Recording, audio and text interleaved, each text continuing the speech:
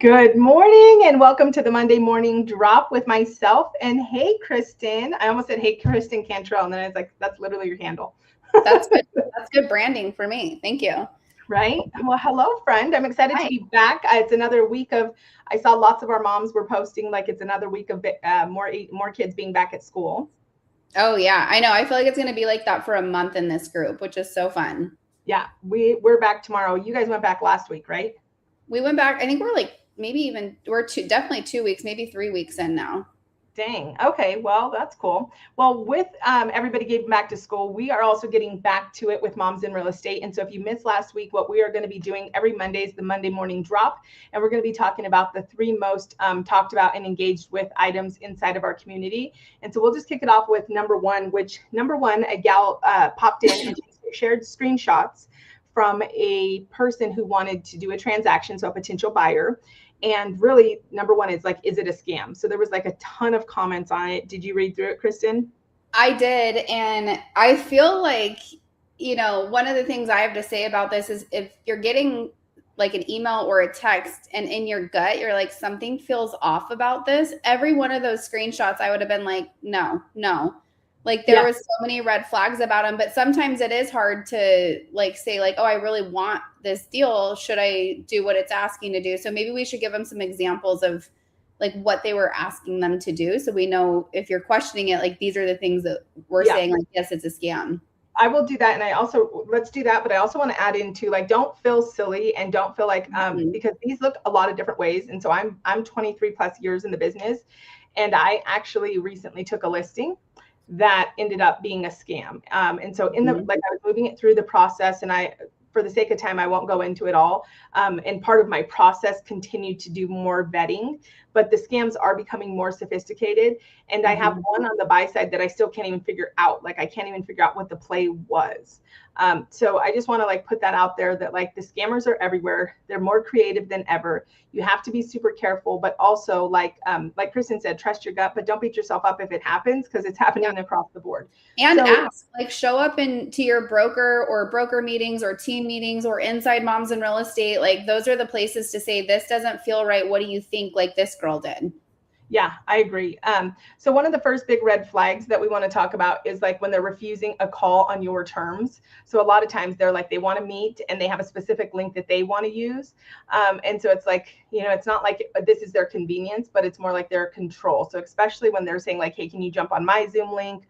Or they're saying, yes, they'll meet up and they're not showing. That's one of the big red flags. Mm-hmm.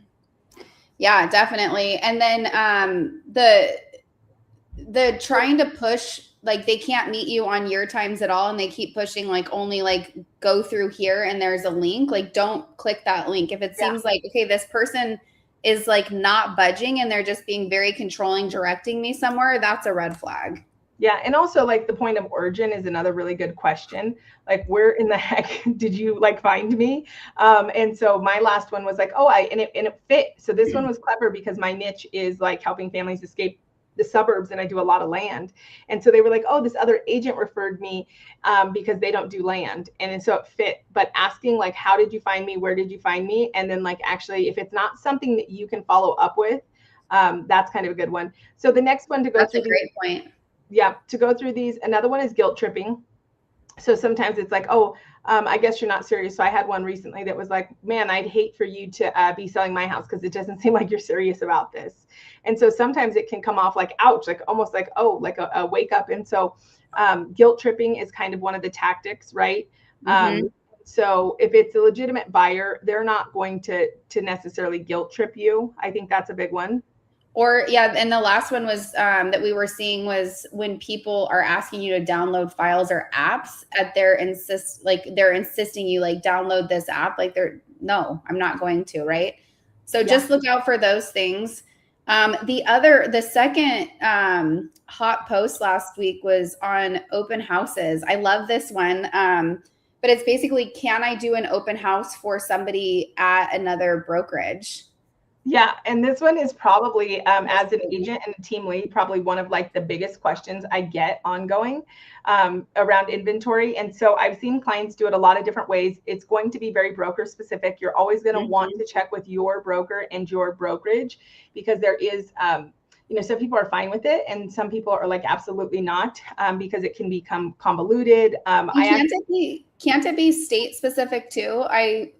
So I was like, it's broker specific, but also like, what is your, like locally, what are you allowed to do? Well, and also, I mean, there's so many facets. Like there's marketing restrictions. You have to make sure that you're properly marketing it with the right brokerage and the right listing agent. But I've also seen where there has become an actual representation issue.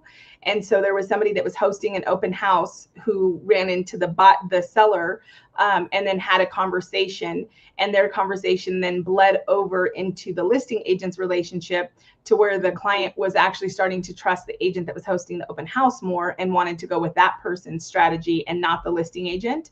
And so it just got really muddy. So I think, the biggest thing is lean into your brokerage, respect the relationship. So respect the relationship.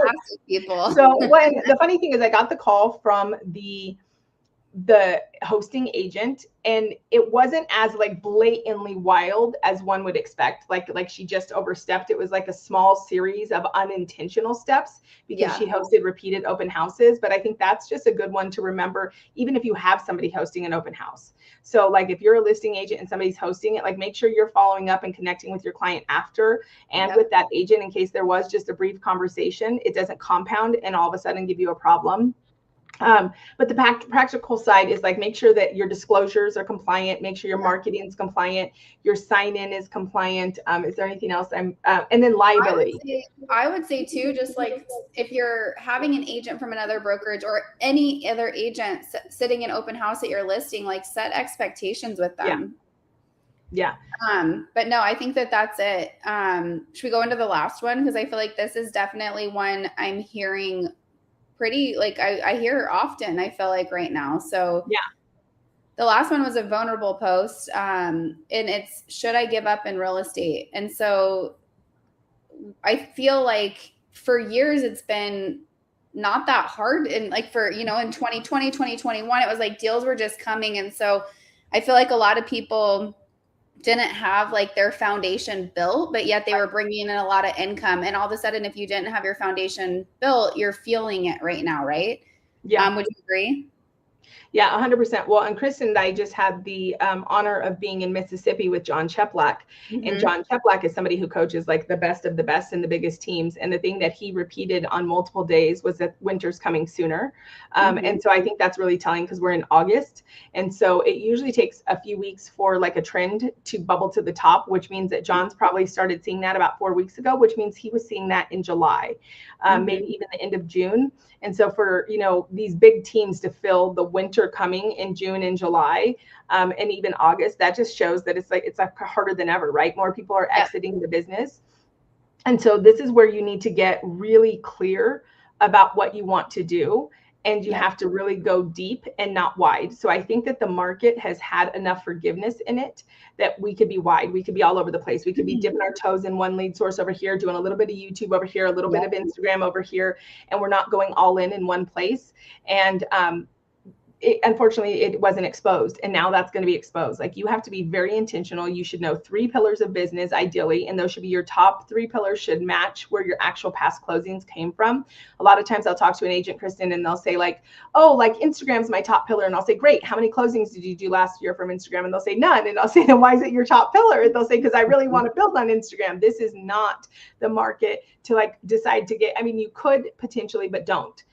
Go back to your past closings, identify those top 3 pillars, and then go 5 layers deep and go all in on those, right?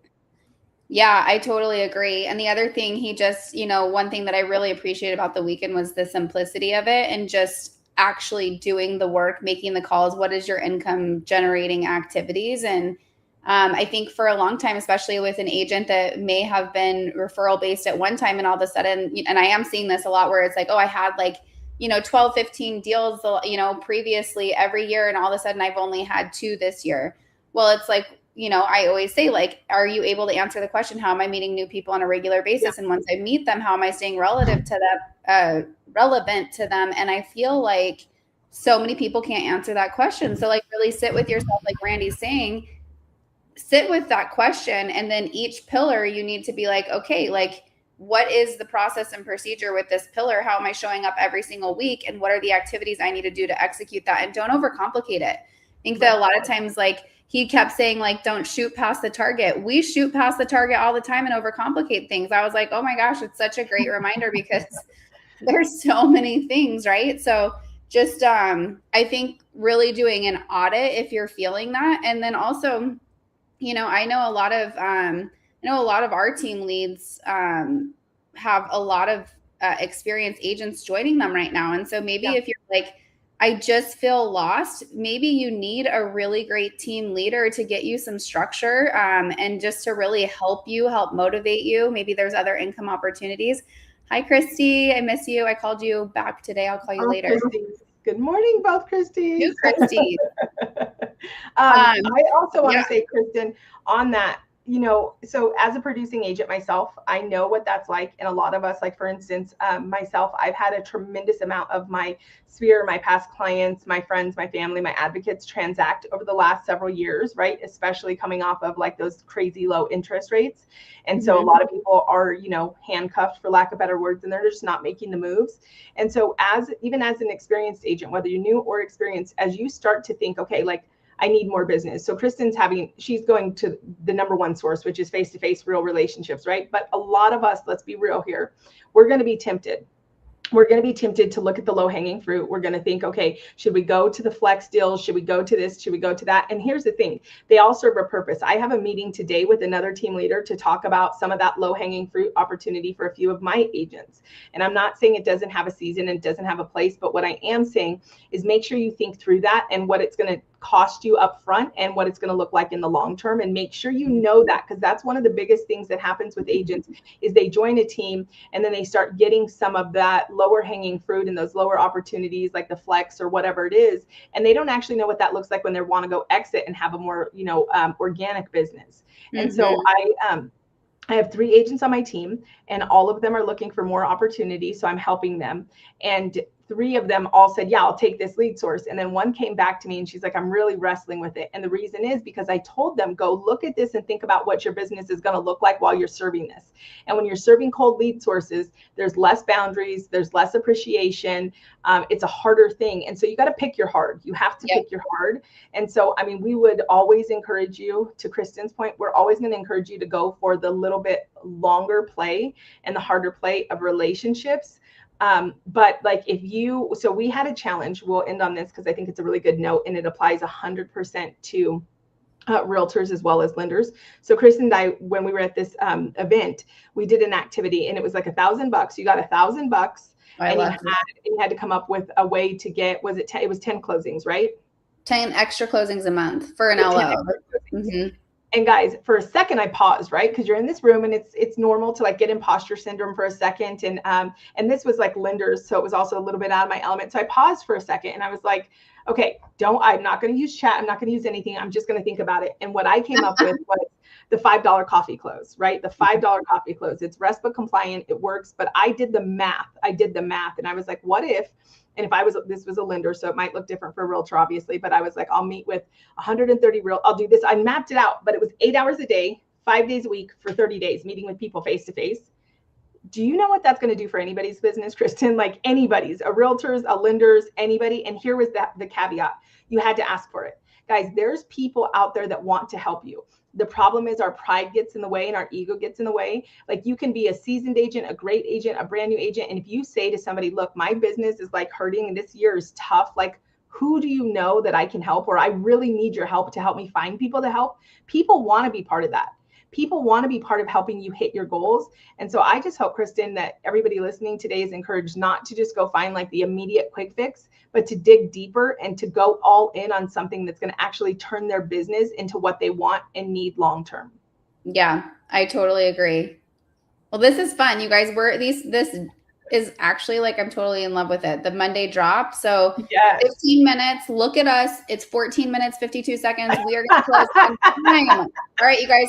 Love it. Go crush the week, and we will see you back here next Monday. Next Monday drop. All right. Bye, ladies. Bye.